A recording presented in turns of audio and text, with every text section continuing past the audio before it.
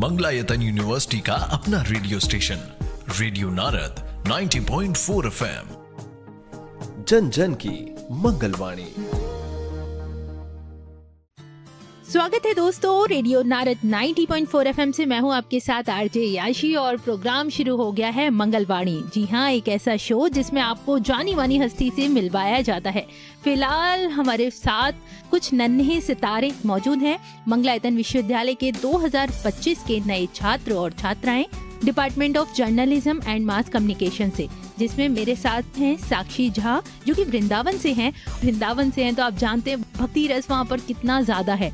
तो आज वो भगवत गीता के बारे में हमें ढेर सारी जानकारी देने वाली है कि भगवत गीता हमें क्यों पढ़नी चाहिए, क्या स्पेशल है भगवत गीता में। तो उनका वेलकम करते हैं प्रोग्राम से पहले। साक्षी, आपका बहुत बहुत स्वागत है। Thank you ma'am. Sakshi, Bhagavad Gita क्या है, क्यों पढ़नी चाहिए और क्या बताना चाहोगे आप भगवत गीता के बारे में?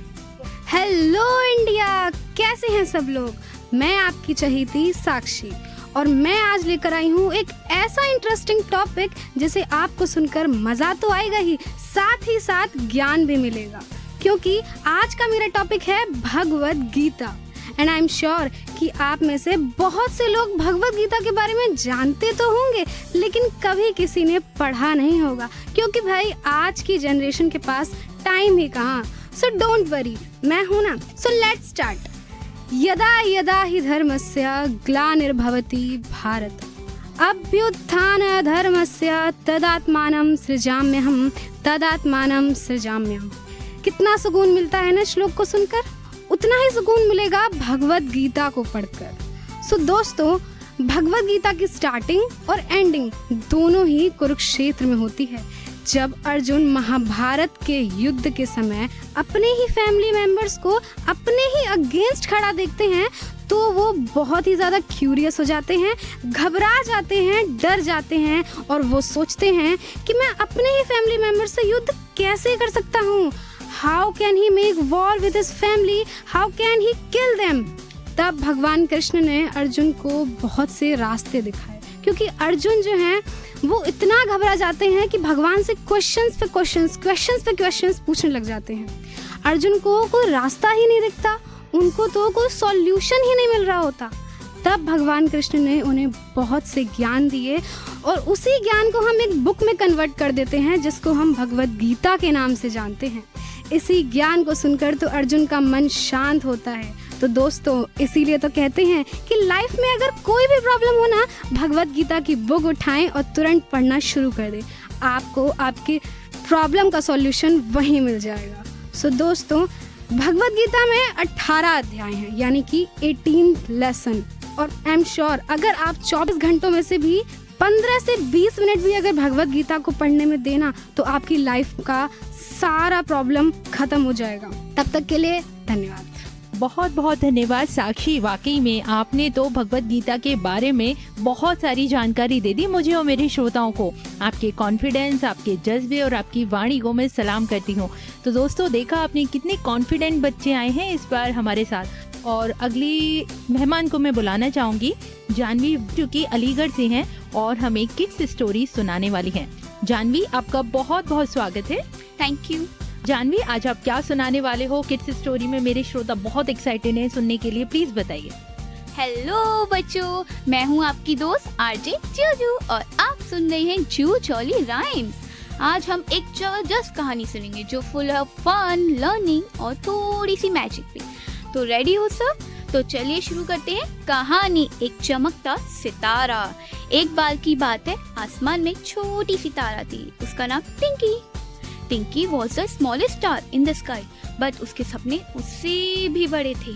मैं बड़ी होकर बहुत बड़ा तारा बनूंगी, वो ये हर रात सोचती थी। लेकिन हर रात जब वो टिंकी चमकती तो वो थोड़ा सैड हो जाती थी, क्योंकि वो दूसरे दोस्तों जैसी नहीं दिख पाती थी। एक रात टिंकी ने सोचा मुझे कुछ करना होगा अपने सपने सच करने के लिए, और वो फिर छोटी सी तारा अपने दोस्त यानी द मून से मिलने गई। मून ने उसे कहा, टिंके, तुम बहुत खास हो, तुम्हारे चमकने से रात को आसमान रोशन रहता है, तुम्हें अपने आप पर विश्वास करना होगा। टिंकी ये बात समझ गई। उसने सोचा मैं अपने आप पर और अपने छोटे होने पर प्यार करूंगी और जो मैं हूँ वो मेरे लिए बेस्ट है। और फिर क्या हुआ दोस्तों? अगले दिन रात को जब टिंकी ने अपनी पूरी एनर्जी के साथ चमकना शुरू किया तो वो बहुत प्यारा ब्यूटीफुल तारा बन गई। तो दोस्तों, ये थी हमारी आज की कहानी the little star the moon, एक चमकता सितारा। हमेशा सपने देखो और अपने आप पर विश्वास करो और अपनी चमक से पूरी दुनिया को रोशन करो। मैं हूँ आपकी आरजे जूजू और आप सुन रहे हैं जू jolly rhymes. Very nice Janvi, आपने तो बच्चों का मन लुभा दिया। वाकई में इतना प्यारा, इतनी ब्यूटीफुल वॉइस में आपने अपनी कहानी सुनाई। जो श्रोतागण हैं, उसमें जो स्टूडेंट्स हैं, छोटे छोटे बच्चे हैं, किड्स हैं, बहुत एक्साइटेड हैं। आप से रिक्वेस्ट है, आप अगली बार आए तो और भी ऐसी ब्यूटीफुल सी कहानियाँ स्टूडेंट्स के लिए, किड्स के लिए जरूर लेके आइएगा। Thank you so much radio Narad से जुड़ने के लिए। अब मैं बुलाना चाहूंगी मथुरा के शिवम पांडे को, जो यहाँ बहुत सारे एक्सपीरियंस को अपने साझा करने वाले हैं, बहुत सारी एक्सपेक्टेशंस को बताने वाले हैं और अपने ड्रीम्स शेयर करने वाले हैं। शिवम, आपका बहुत बहुत स्वागत है। Thank you ma'am. शिवम, क्या कहना चाहेंगे? मंगलायतन विश्वविद्यालय में आप आए हैं, कैसा महसूस कर रहे हैं?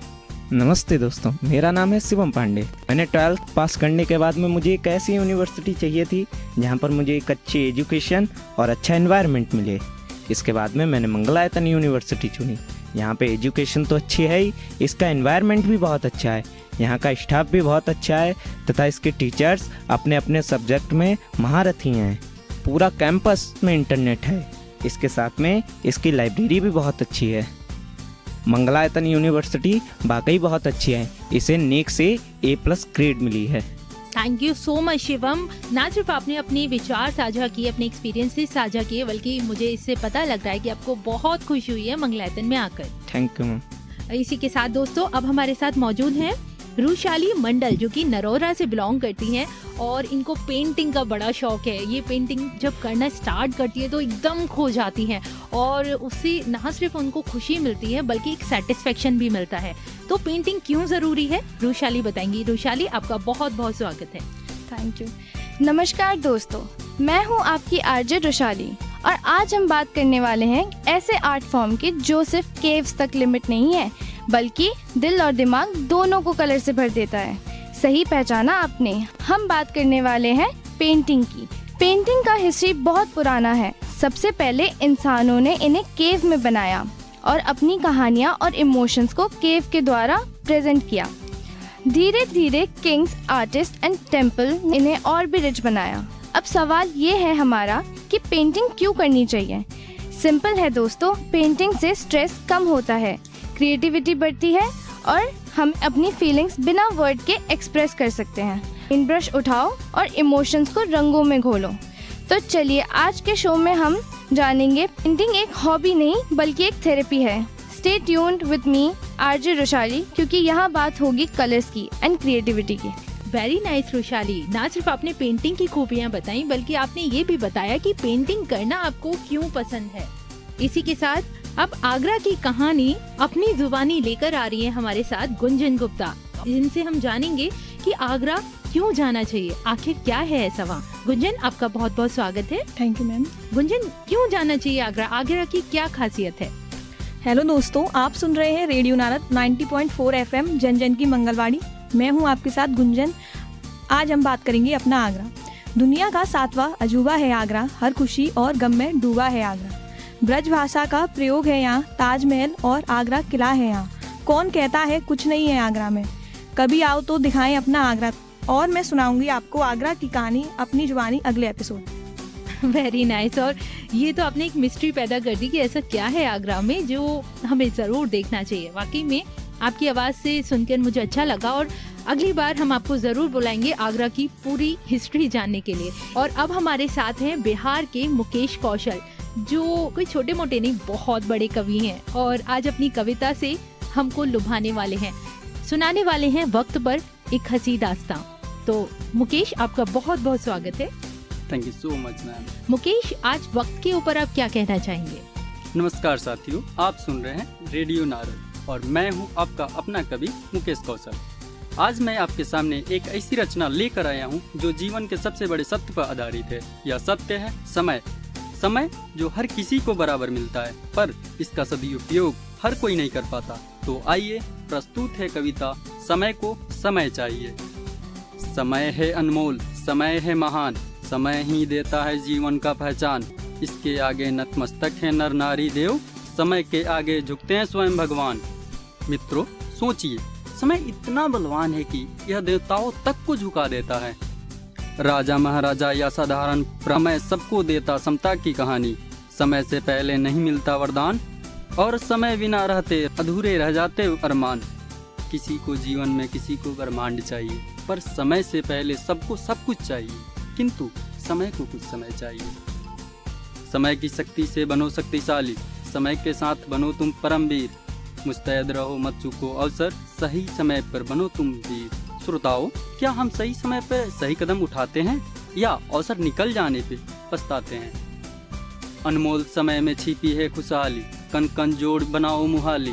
जो सही समय पर जागे वो सौभाग्यशाली, धैर्य संयम रखो बनो समृद्धशाली। किसी को पैसा किसी को शोहरत चाहिए, समय से पहले सबको सब कुछ चाहिए, किंतु समय को कुछ समय चाहिए। समय ही है जो रंग को राजा बना दे, राजा को बना दे फकीर। समय ही है जो भीष्म जैसे को भी दे देता मौन सजा गंभीर।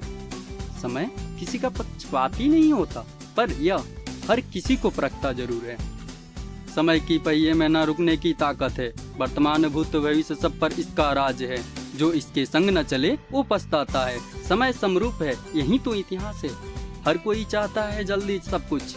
खुशियों के बारिश सफलता की राहें, समय से पहले सबको सब कुछ चाहिए, किंतु समय को कुछ समय चाहिए। मित्रों, यह कविता हमें यही सिखाती है कि जीवन में धैर्य, संयम और सही समय की पहचान बेहद जरूरी है।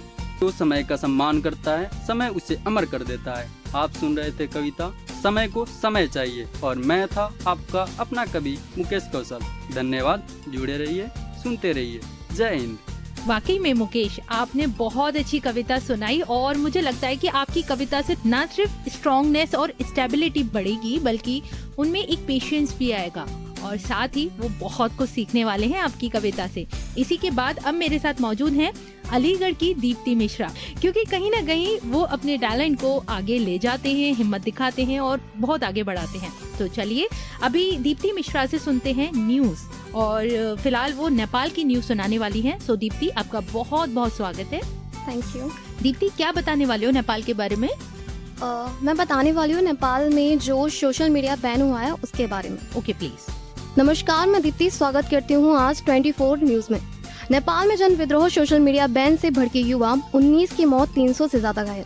पड़ोसी मुल्क में नेपाल में सोशल मीडिया बैन के खिलाफ जबरदस्त विद्रोह देखने को मिल रहा है। काठमांडू की सड़कों से लेकर संसद परिसर तक युवाओं का गुस्सा फूट पड़ा है।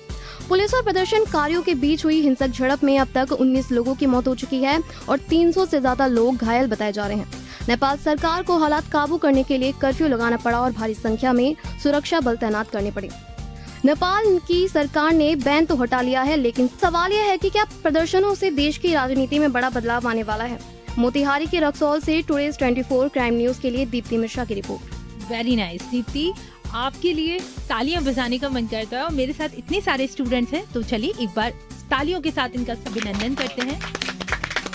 वेरी नाइस दीप्ति, आप बहुत आगे जाने वाले हो और मुझे लगता है आप अपकमिंग रिपोर्टर तो बनने ही वाले हो। और मेरे सारे स्टूडेंट्स कहीं पीछे नहीं हैं, क्योंकि हर एक में अपना अपना टैलेंट है। कोई कवि बनने वाला है, तो कोई स्टोरी टेलर बनने वाला है, तो कोई अपनी सिंगिंग कैपेबिलिटी से और मिमिक्री से हम लोगों के दिलों पर छाने वाला है।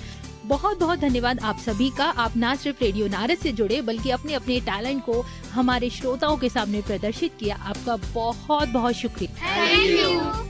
इसी के साथ दोस्तों फिर मिलते हैं इन नन्हे मुन्ने कलाकारों से इनके टैलेंट के साथ मेरी प्रतिभा के एपिसोड में, क्योंकि इनके अंदर जो प्रतिभा है वो आप तक पहुंचानी बहुत जरूरी है, क्योंकि तभी तो ये स्टार्स बनेंगे।